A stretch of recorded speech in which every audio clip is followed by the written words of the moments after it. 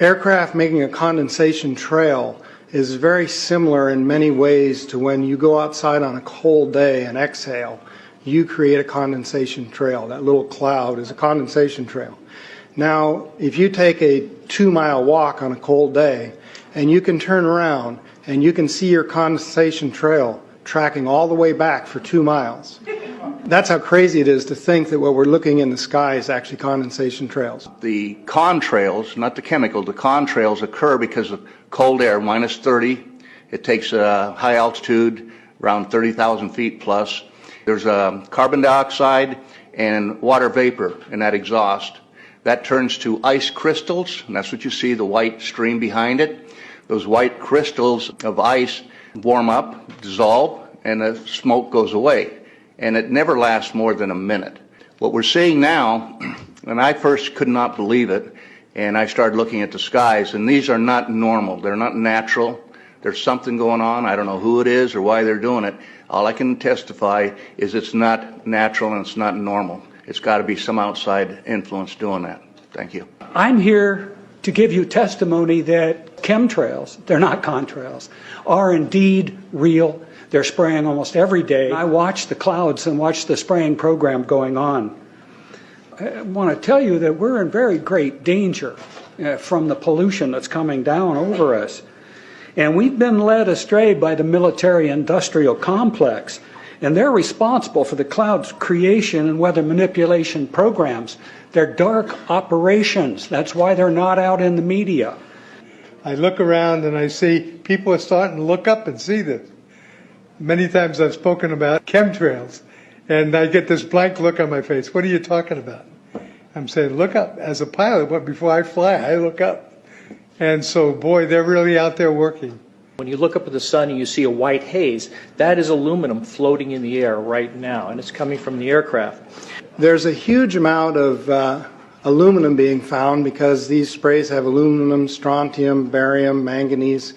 And there's a lot of argument that aluminum is very common to be found, but aluminum is only common in a bonded form. It's not common in a free form, and we're finding high rates of free aluminum in the soil, which is not natural. The metal compounds that are being used are environmentally dangerous. We need to be monitoring them. We need to be testing them. Okay, these previous guys, I've watched exactly what they do, and yes, they are correct. I've seen exactly the same stuff, so ditto marks on those. You want some figures? Okay, latest water test, tested the rain. 13,100 micrograms per liter of aluminum in the rain in 2013. Normally, it should be 0.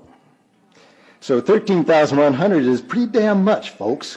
It used to be 0, then it was 100s in the 2000s, and then since 2010, it's into the 1,000s and the latest 13,100.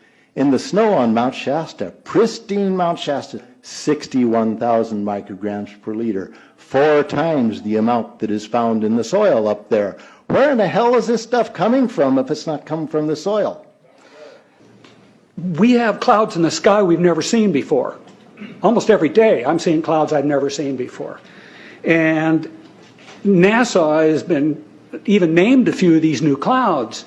It's really interesting, but NASA is a corporation. I want you to know that. NASA has also conducted a research program in what they call metallized fuels. We're actually putting aluminum oxide right in the fuel because it has 2 atoms of aluminum and 3 atoms of oxygen. So during the combustion process, it releases all that oxygen and dramatically increases efficiency, but it leaves the aluminum in the air.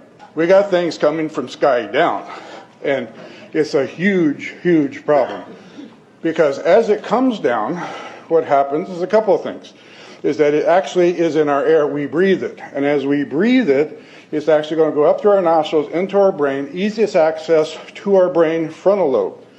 The contaminants that have been identified, which already been mentioned, are aluminum. Aluminum is the #1 free radical generator to the brain to cause early apoptosis, which is early death of brain, and it begins to set off the scar tissue, which we call the amygdalin, which is part of the chemical matrix related to Alzheimer's. I'm a neurologist practicing in Reading for 17 years, and in the past 5 years, I have seen the number of patients with Alzheimer's disease, Parkinson's, and other neurodegenerative diseases tremendously increased, almost quadruple. I became interested in chemtrails about 8 years ago when I was in Hawaii, and the Hawaiians are really being very vocal about it. I concur about the increasing number of Alzheimer's.